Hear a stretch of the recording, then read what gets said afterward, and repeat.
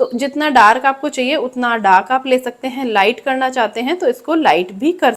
अभी आपको समझ में आ रहा है मेरे स्किन टोन से कितना लाइट शेड। बता दिया कि दोनों फेयर स्किन टोन के हैं, लेकिन इनमें कुछ तो डिफरेंस होगा, इनका रिफ्लेक्शन थोड़ा सा ज्यादा मिलेगा। तो हाय एवरीवन, स्वागत है आप सभी का आपके अपने चैनल प्रोफेशनल ब्यूटी वर्ल्ड में। कैसे हैं आप सब?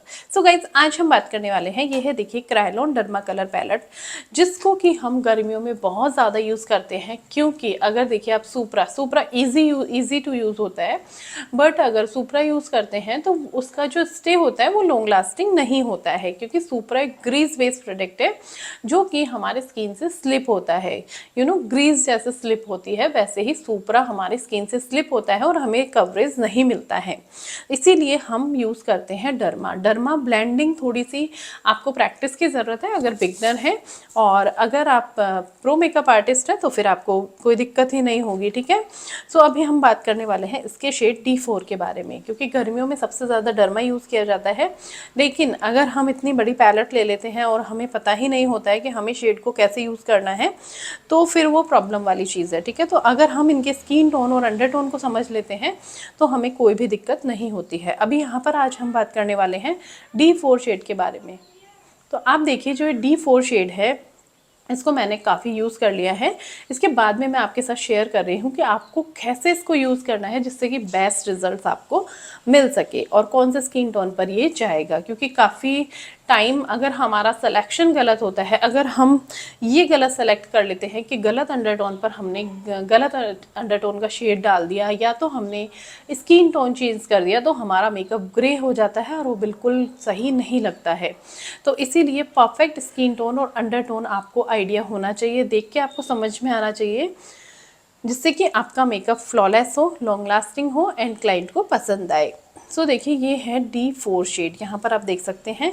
और जो ये पैलेट है ये है ब्राइडल पैलेट में काफ़ी सारे शेड्स हैं।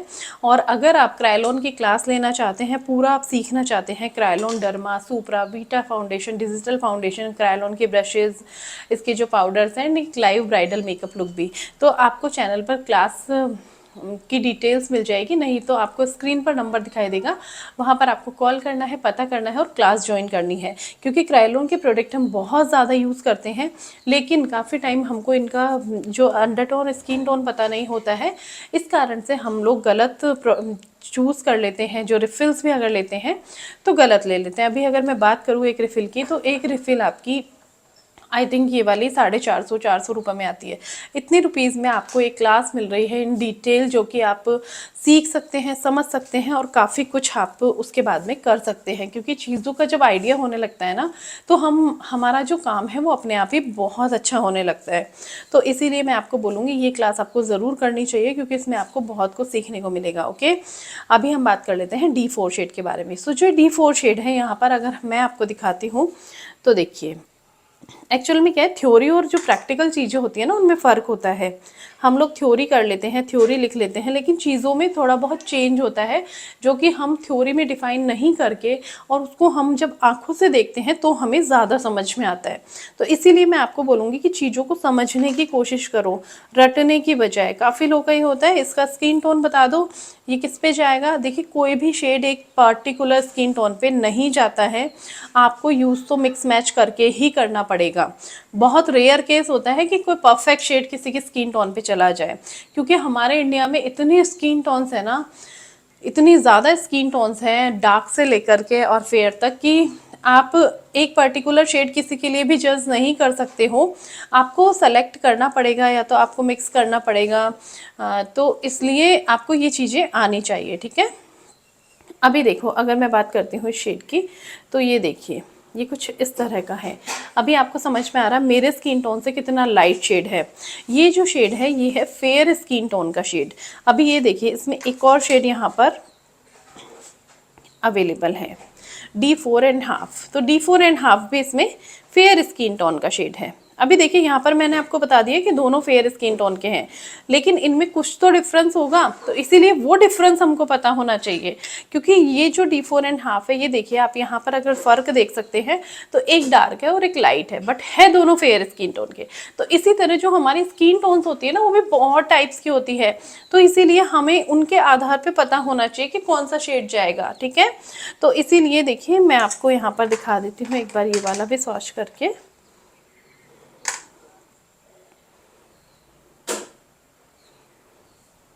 ये देखिए अभी आपको डिफरेंस भी पता चल रहा होगा। ये वाला देखिए थोड़ा सा इसमें जो है ये वॉर्म अंडरटोन का शेड है, ठीक है, बट थोड़ा सा इसमें थोड़ा सा आपको पिंक का रिफ्लेक्शन मिलेगा और इसमें आपको पिंक का रिफ्लेक्शन थोड़ा सा ज़्यादा मिलेगा, तो कूल अंडरटोन पर भी जाएगा ये वाला शेड, ठीक है।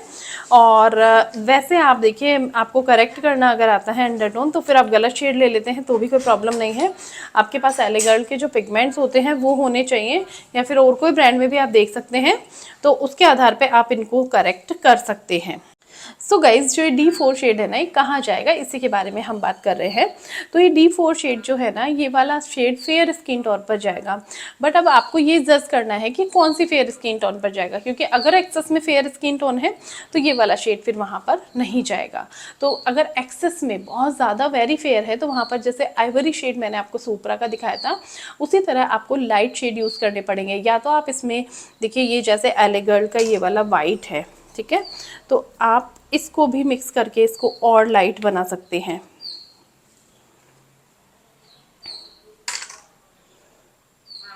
ये देखिए